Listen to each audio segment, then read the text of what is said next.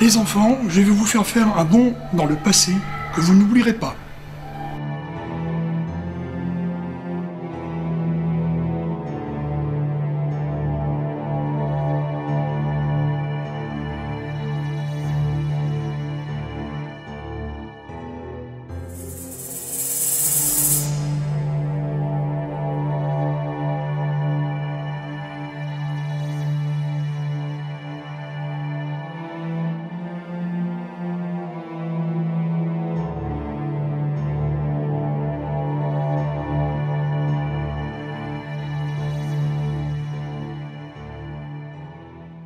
Demandez le petit Marseillais. 5 centimes. Assassinat de François Ferdinand. Archiduc. Héritier du trône d'Autriche. Ils ont tué Jaurès.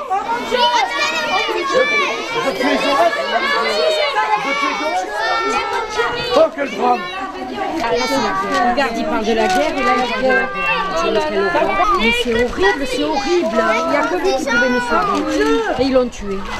Il va y avoir la guerre, vraiment. Oui, oui. C'est horrible. Demandez le petit Marseillais. 5 centimes. Demandez le petit Marseillais. 5 centimes. C'est la mobilisation générale en France et en Allemagne. L'Allemagne déclare la guerre à la France. Guillaume II déclare la guerre à la France. Il faut courage, courage. Hein. Oui, ils vont partir. Ils vont partir. Ils vont tous partir. Non, c'est pas possible. Mais... Papa, l'Allemagne déclare la guerre. Tu dois partir. Oui. Il va venir te chercher? Papa, il va bientôt revenir. Il va venir te chercher, papa. Les enfants, on va vous donner un fétiche, Rainette pour les filles et Rintintin pour les garçons. Acceptez ce charmant fétiche, il est le seul assurément à se ficher des bombes et des bombardements.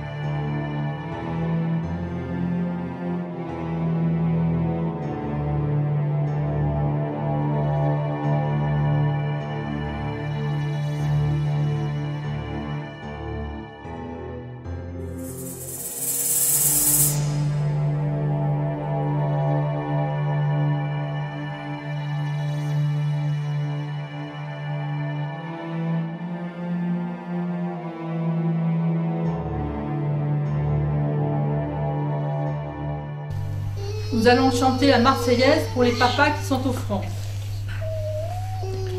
Allons enfants de la patrie, le jour de gloire est arrivé. Contre nous de la tyrannie, l'étendard sanglant élevé, l'étendard sanglant élevé. Entendez-vous dans les campagnes mugir ces féroces soldats qui viennent jusque dans nos bras, égorger nos filles et nos compagnes. Aux armes, aux citoyens, formés au bataillon, marchons, marchons, qu'un sang, qu'un pieu, embrun de nos sillons. Je compte sur vous. Surtout ne pas publier d'informations démoralisantes à nos lecteurs. Tout le monde doit participer à l'effort de guerre. C'est ce que demande l'état-major des armées. J'ai surpris une conversation entre gradés. Ah bon? On nous demande de relire tout courrier qui part au front, afin qu'elle ne contienne pas de choses négatives. Ça pourrait saper le moral des troupes. On nous demande aussi de créer des chansons pour le moral des troupes, justement. Verdun, la Magnifique, Ils ne passeront pas, la Madelon. La Madelon, tu connais? Je connais ça. Vas-y, avec moi. Non, c'est la Marseillaise. Non, la Madelon, ça fait Ah, tu m'as mis la Marseillaise. Non, la Madelon, Voilà, c'est ça. Ouais. On crée des spectacles aussi pour tous les combattants. Des spectacles vivants? Pour qui? Pour tous les morts? On crée un centre cinématographique pour essayer de tirer quelque chose de positif de la vie dans les tranchées. Les morts, bien sûr.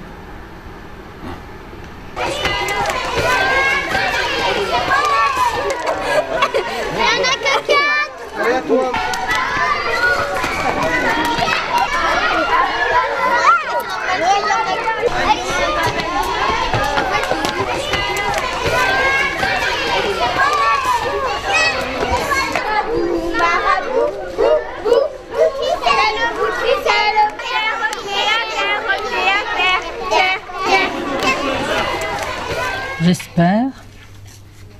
J'espère qu'il n'y a pas trop de bombes et que les Allemands ne sont pas trop méchants. C'est très bien. Qu'est-ce que tu as écrit, Lina, à ton papa? Bonjour papa, tu me manques. Peux-tu revenir? J'ai écrit que je veux venir avec toi à la guerre avec mon épée. Ah, ben c'est très bien, mon chéri. Continue. Pourquoi tu es parti, papa? Je pleure, tu es trop loin de moi. Oh. J'espère que tu reviendras un jour, car tu me manques. Reviens vivant, toute la famille a besoin de toi. On voit plus. Argent, plus vite que ça. Retourne de ton pays, Salim. On va te faire la peau. Tu as tué notre père. Vous n'avez pas honte, bande de petits garnements? On joue à la guerre, madame. C'est vrai, on faisait que s'amuser. Ils ont raison. On faisait semblant. On joue pas à la guerre et on n'insulte personne. Ils ont des enfants et ils meurent aussi. Filez dans votre chambre.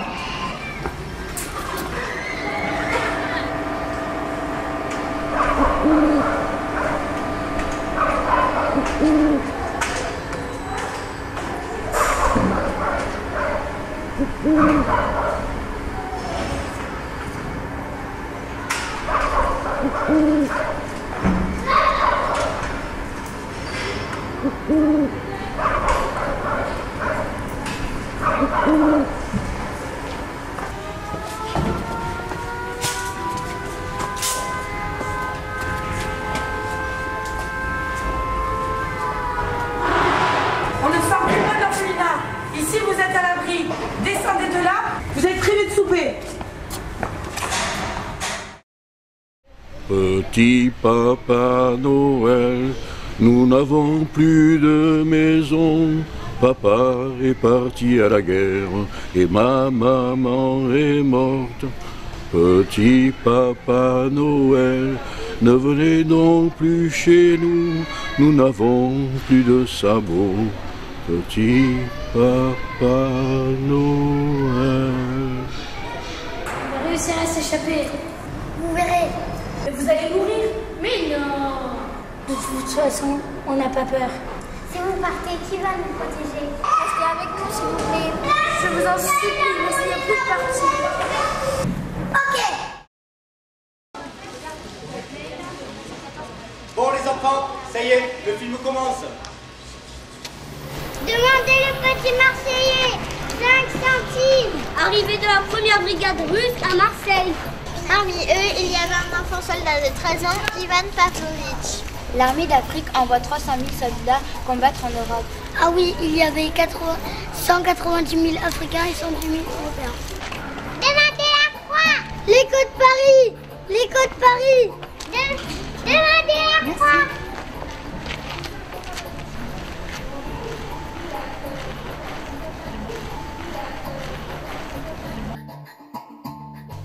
Les garçons, Augustin va vous lire une lettre de son père qui est mort dans les tranchées. Malheureusement, je ne pourrai pas être là pour Noël. Mais on se rattrapera pour les prochains.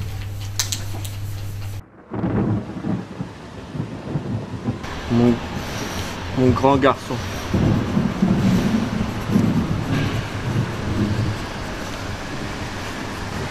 Je suis très heureux et très fier de toi. Car tu t'occupes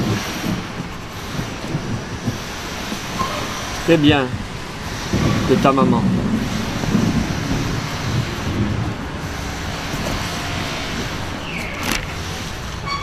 Malheureusement, je ne pourrai être avec vous à Noël. Mais on se rattrapera pour les prochains.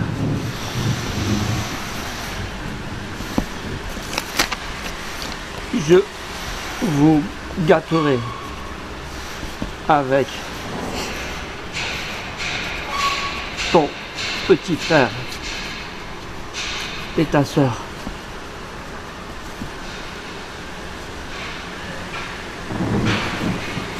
Je t'embrasse très fort. Ta lettre me fait beaucoup de bien.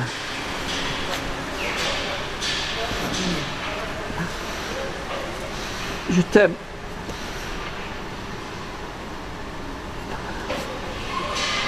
T'aimes Augustin.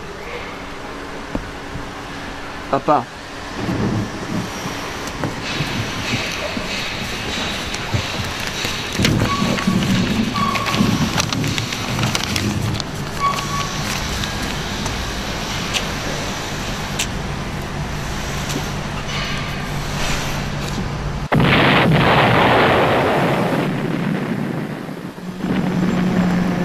Ça fait longtemps que tu as eu du courrier? Je vais pouvoir enfin lire ma lettre. J'ai reçu une ce matin. C'est mon fils.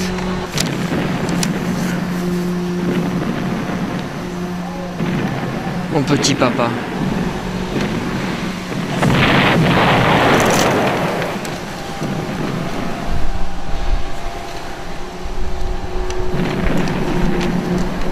Je souhaite que tu sois en bonne santé et que tu reviennes vite à la maison pour Noël. Pour Noël. J'ai été très sage.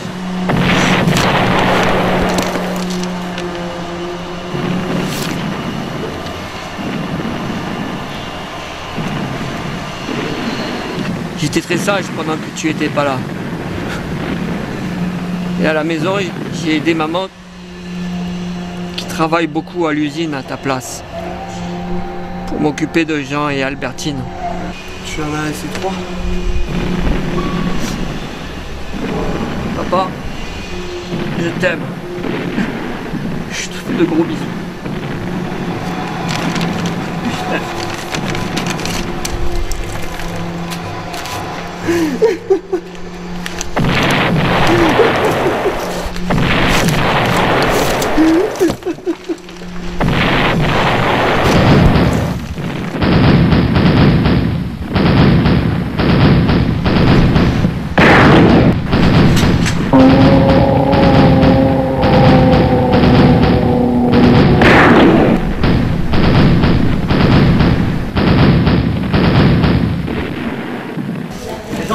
Les enfants, silence.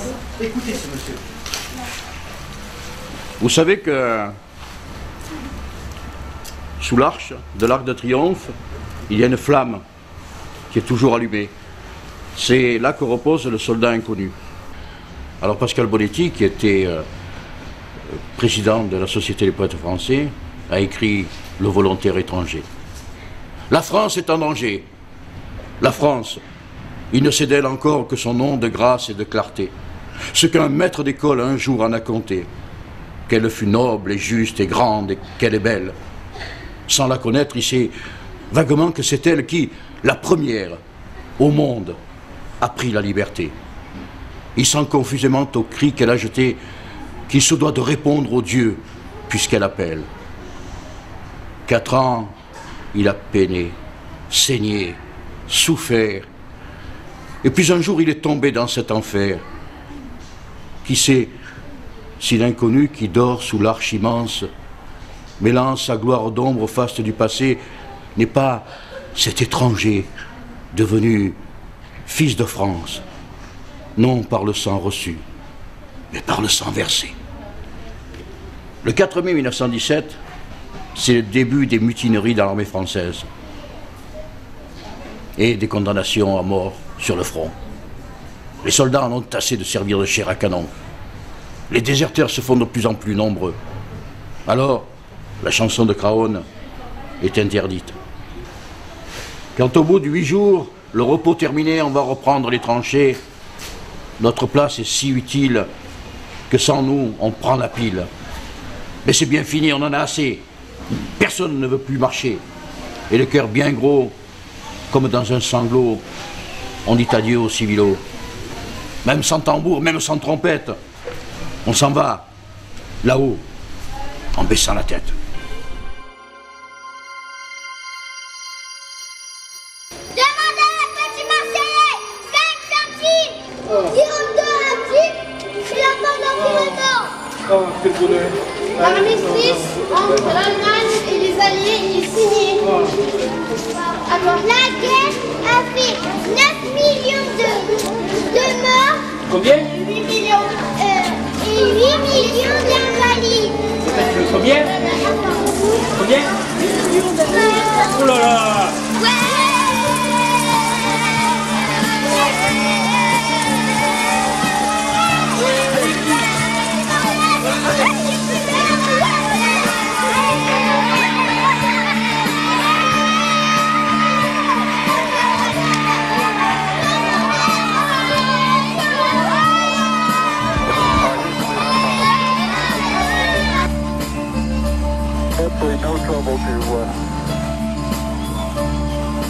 Cette chanson de Craonne a été interdite.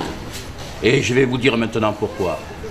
C'est parce qu'elle dérange les dirigeants, les riches et ceux qui n'ont pas fait la guerre.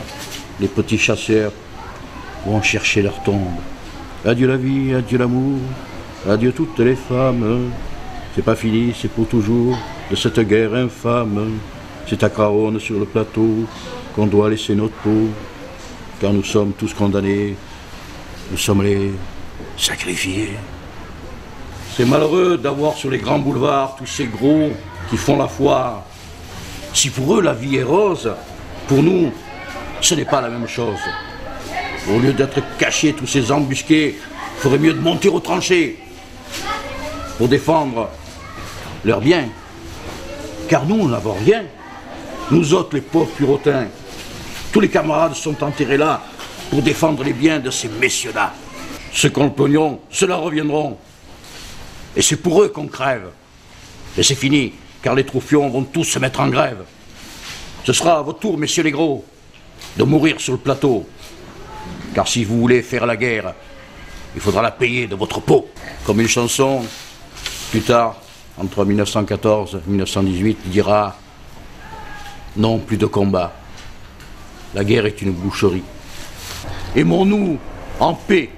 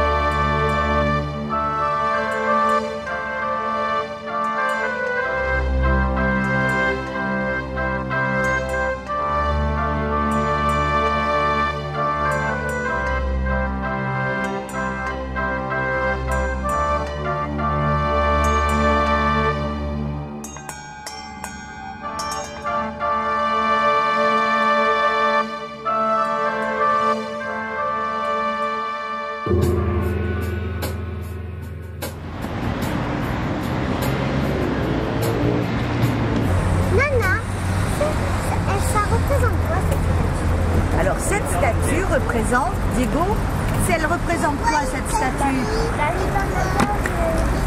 La victoire de la guerre. Mais je pense que le monsieur qui est avec nous nous expliquera beaucoup mieux que moi. Bon, la victoire de la guerre, tu as très bien trouvé. Pour ne pas oublier ceux qui sont venus de très loin pour défendre notre terre de France, pour que vous soyez libres. Monsieur, elle veut même la petite fille, vous voyez? Qu'est-ce que tu veux savoir? Elle a 3 ans, elle peut vous demander. Allez, vas-y. Ah, la statue, c'est un ange qui part au ciel pour montrer la victoire aux enfants. Comment il s'appelait votre grand-père, monsieur? Il s'appelait Evenon Ernest. Il était médecin-capitaine, donc il s'occupait d'une infirmerie au front. Les photos que vous avez vues dans le film sont ici des archives familiales de mon grand-père, le médecin-capitaine Evenon Ernest, du 3e régiment de marche du 1er régiment étranger, qui deviendra ensuite le régiment de marche de la Légion étrangère. Donc il en est sorti du blessé mais vivant, et lui, il ne les a jamais oubliés.